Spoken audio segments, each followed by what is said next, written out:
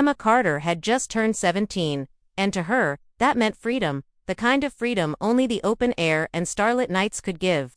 Jake Miller, her boyfriend, since freshman year, had promised her an adventure before the summer slipped away. He found it. A quiet camping weekend in the Black Pine Forest, a sprawling stretch of wilderness miles from the nearest town. The plan sounded perfect. No parents, no school, no rules, just the two of them, a tent, and the endless silence of the woods. They planned the trip for weeks, mapping out trails, packing food, and borrowing Jake's uncle's old canvas tent. Emma's friends rolled their eyes when she told them where she was going. "That forest gives me the creeps," her best friend said. "People go missing there." But Emma had laughed it off, insisting those were just old campfire stories meant to scare kids. Jake agreed, though later, he admitted to someone else that he had heard the rumors, too. The day they left, the weather was perfect, clear, blue skies, a gentle breeze, the kind of day that tricks you into thinking nothing bad could possibly happen. They took Jake's beat-up pickup truck, the back piled high with supplies, and drove for hours until the road narrowed into a single dirt path. Beyond that, the forest seemed to swallow the world whole. Sunlight streamed through the trees in sharp, golden beams, and the air smelled of pine and earth by the time they reached their chosen campsite. The sun was beginning its slow descent. They set up the tent on a patch of moss, with the nearest trail at least a half-mile away. It was exactly what Jake had promised, remote, peaceful, untouched.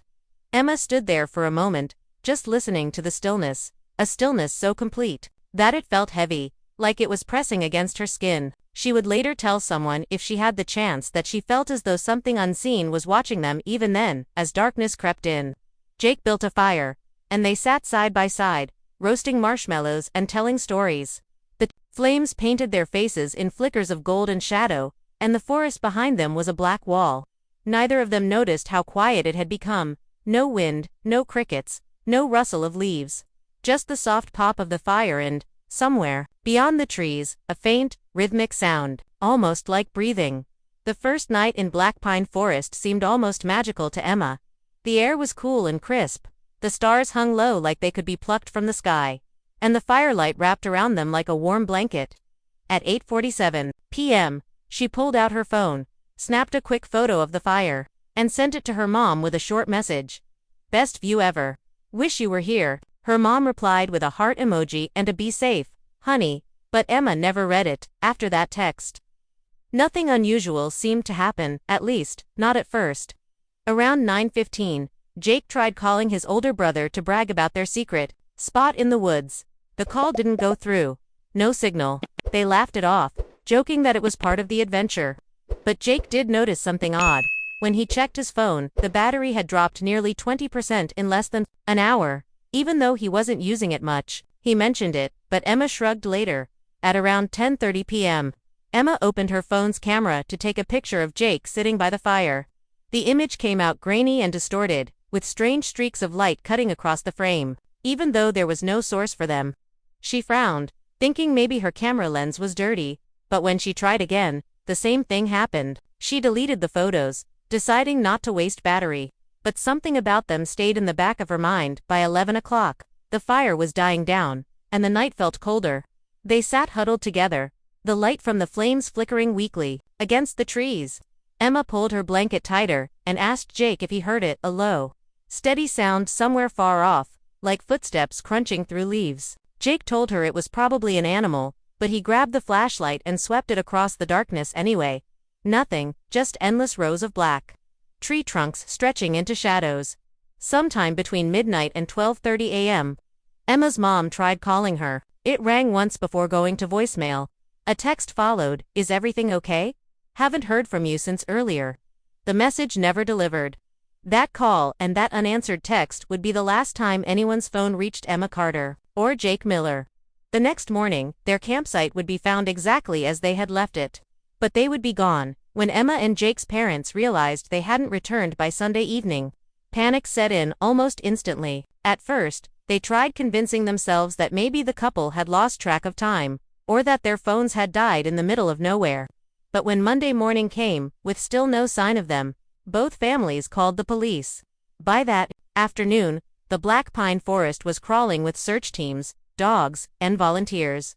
The forest was vast, with jagged ridges and narrow streams slicing through the terrain. Helicopters hovered above, their spotlights scanning the treetops, while search parties on foot shouted their names into the wilderness. The search dogs picked up faint traces of their scent near the campsite, but strangely, the trail seemed to end just 50 feet beyond the tent. No scattered belongings, no broken branches, no obvious sign of struggle. It was as if they had stepped off the earth itself. Days turned into weeks, and the search efforts expanded far beyond the original campsite. Divers combed the nearby river, thinking they might have been swept downstream. Tracking teams scoured game trails, caves, and abandoned hunting cabins. Nothing. Every lead turned into a dead end, and every theory seemed to crumble under closer inspection. One of the volunteers, an old hunter familiar with the forest, made a chilling observation. If they're not here, it means something made them leave. And in these woods, you don't leave without a reason. Rumors started spreading in the nearby town of Coldwater. Some locals claimed that Black Pine Forest was hungry, that it took people every few years and never gave them back. Others whispered about strange lights seen in the trees at night, or the deep, unnatural silence that fell over certain parts of the woods. None of this helped the families, who were forced to watch hope fade with each passing day. By the third week, the official search was called off. Authorities labeled the case unresolved disappearance and suggested the couple may have gotten lost and succumbed to the elements, but those who had been in the search parties disagreed. The forest wasn't hiding bodies, it was hiding something else entirely, something that didn't want to be found. 5 long months passed without a single development in Emma and Jake's disappearance. Winter came early to the Black Pine region, and by January the trails were buried under snow. The case faded from the headlines, and the missing posters taped to store windows in Coldwater began to curl at the edges. For their families, life had become a blur of waiting, replaying every possible scenario, and clinging to the impossible hope that somehow the 2 teenagers were still alive. Then, in late February, the forest gave up something. Not the teenagers themselves, but a fragment, a whisper of their presence. It came from a man named Daniel Hughes, an experienced hiker who had been exploring an unmarked ridge on the far eastern side of Black Pine. The area was so remote that there were no official trails, and the nearest ranger station was nearly 15 miles away. Hughes had been following a game path when he spotted something unnatural through the trees, a faded strip of fabric flapping in the wind. Curious, he pushed through a tangle of branches and came into a small clearing. There, partially hidden beneath a blanket of frost and pine needles, stood an old canvas tent. The material was discolored, streaked with mold, and its edges stiff from months of exposure. The way it sat in the clearing was strange, not collapsed or torn, but upright, as if someone had only recently stepped out and forgotten to come back. The entrance hung open, swaying gently in the cold breeze. Hughes approached cautiously, calling out in case someone was inside. His voice felt swallowed by the air, vanishing almost instantly. As he got closer, he noticed the ground around the tent was oddly undisturbed. No footprints in the thin layer of snow. No sign of animals rifling through it. Nothing to explain why it had remained untouched for so long. It wasn't until he was just a few feet away that he noticed something even stranger. The tent's seams and zippers were crusted with ice, but the inside seemed dry. He could see shapes within 2 sleeping bags, a lantern, and something metallic glinting in the pale light. In that moment, Hughes felt the unmistakable prickle of being watched, though he couldn't have said from where. Still, he stepped forward, pulling the flap wider to look inside. Inside the tent, Daniel Hughes found 2 sleeping bags laid neatly side by side. At first, it seemed ordinary until he realized both were zipped shut from the inside. It was as if someone had climbed in, closed themselves completely in the fabric, and never gotten out. Hughes crouched down, staring at the stillness of those empty cocoons, his breath misting in the cold air. They didn't sag like you'd expect after months of abandonment. Instead, they kept their shape, as though something, or someone, had been inside recently. Beside the sleeping bags sat a small camping lantern, its glass clean and unclouded, despite everything else being touched by weather and time. Next to it lay Jake's phone, the casing cracked at one corner, the screen black. Hughes hesitated before picking it up. The device was icy cold, like it had been sitting in a freezer. When he pressed the power button, nothing happened.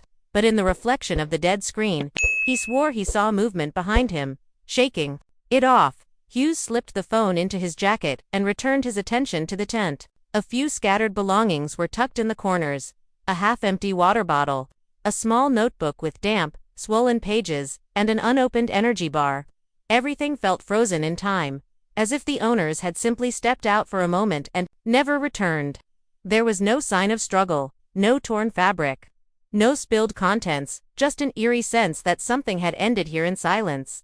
The real shock came when Hughes decided to scroll through the phone's camera roll. Most of the images were harmless: selfies by the campfire, photos of the forest trail, a few blurry shots of the sunset. But the very last picture stopped him cold. It was taken at night, the firelight faint in the background, and in the darkness, beyond, a tall shadowy figure stood between the trees. Its proportions were wrong, too long in the limbs, too narrow in the head, and its stance suggested it was leaning forward, watching. Hughes stared at that image for nearly a full minute, his pulse hammering in his ears. The figure's position in the photo suggested it had been closer than the couple might have realized. Much closer. He wanted to believe it was some trick of the light, but the longer he looked, the harder it was to convince himself. That's when he noticed something chilling. The timestamp on the photo showed it had been taken hours after Emma and Jake were last heard from. When authorities examined Jake's phone, they found something that didn't make sense. The battery had died months ago, yet the internal data, once retrieved, painted a chilling picture. The phone's GPS logs showed movement on 3 separate nights after the couple's disappearance. Each path recorded with uncanny precision. The routes didn't wander or meander like a lost hiker's trail. Instead, they followed perfectly straight lines, cutting through dense terrain where no trails existed, as if whoever carried the phone knew exactly where they were going. The first night's journey led nearly 2 miles deeper into black pine forest. Before stopping abruptly in a marshy area known for swallowing footprints, the second night's path began in the exact same spot where the first had ended, then pushed even farther east. The third and final log was the most unsettling. It led directly to a part of the forest locals call the Hollow. This place wasn't marked on any official maps, but it was whispered about in town, a sunken, bowl-like expanse where sound carried strangely and animals refused to linger. Veteran search and rescue workers refused to enter the Hollow without good reason. Some said compasses spun uselessly there. Others claimed radios picked up voices that didn't belong to the search teams. Old stories told of travelers hearing their own names whispered from the tree line, sometimes in their own voices. Most chalked it up to folklore until the GPS logs confirmed the phone had been taken straight into the center of it. Investigators considered whether the couple might have been led there by someone or something. But the problem was, no tracks had ever been found going in or out of the Hollow during the original search. No broken branches, no disturbed brush. Even the dogs, trained to follow scent trails, had refused to cross into the area, whining and pulling their handlers in the opposite direction. The logs suggested movement, but the forest itself seemed to erase all physical evidence. What unnerved the investigators most was the timing. Each GPS journey began after midnight and ended just before dawn, as if whoever, or whatever, had the phone only traveled under cover of darkness. And with every straight-line path, the movements seemed less like wandering and more like a deliberate return to a specific place. The problem was, no one could figure out why, or what waited there. The discovery of the tent and the GPS data reignited interest in the case. And for a few weeks, search teams returned to Black Pine Forest, determined to push deeper into the Hollow. But in a twist that baffled everyone, when they returned to the coordinates where Hughes had found the tent, the clearing was empty. The ground where the canvas had stood was bare: no fabric, no sleeping bags, no lantern. Even the layer of frost and pine needles seemed disturbed, as though something had scraped it clean. It was as if the tent had been lifted straight out of existence. Authorities considered the possibility that someone had removed it to hide evidence. But the remoteness of the area made that theory difficult to believe. Whoever had done it would have needed to haul the heavy, weather-beaten gear for miles through uneven terrain, all without leaving a single footprint in the fresh snow.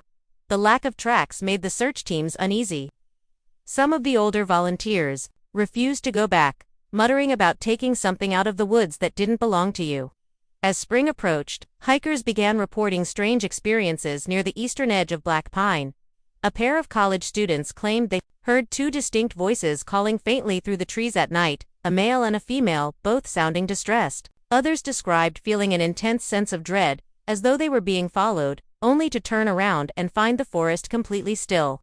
A few swore they saw fleeting figures moving between the trees, always just out of reach of their flashlight beams. For Emma and Jake's families, these stories were both torturous and strangely hopeful. The voices matched the tone and pitch of their children's, according to the parents. But if the teenagers were alive, where had they been all this time? And why wouldn't they, or couldn't they, come out of the forest? The thought that they might be trapped somewhere, close enough to call for help yet unreachable, haunted every sleepless night. And then came the most unsettling rumor of all. One hunter, who refused to give his name, claimed he had camped near the hollow and woke in the middle of the night to see two young figures standing at the edge of the trees, staring at him. Their faces were pale, almost gray in the moonlight, and their eyes reflected the firelight in a way he swore wasn't human. When he blinked, they were gone, and the forest was silent again. Some say Black Pine Forest simply keeps what it wants. That the missing don't wander, they're chosen. And maybe Emma and Jake weren't lost at all. Maybe they crossed into something that doesn't let people come back to this day. Their names are still whispered in cold water whenever someone dares to venture too deep into the woods. Search parties stopped going in years ago, and the area around the hollow remains untouched, avoided even by the bravest hunters. But on certain cold, windless nights, hikers swear they can still hear faint voices in the darkness. Sometimes they call for help, and sometimes they just repeat your name. So if you ever find yourself camping in Black Pine, and you wake to the sound of breathing just outside your tent, don't open it.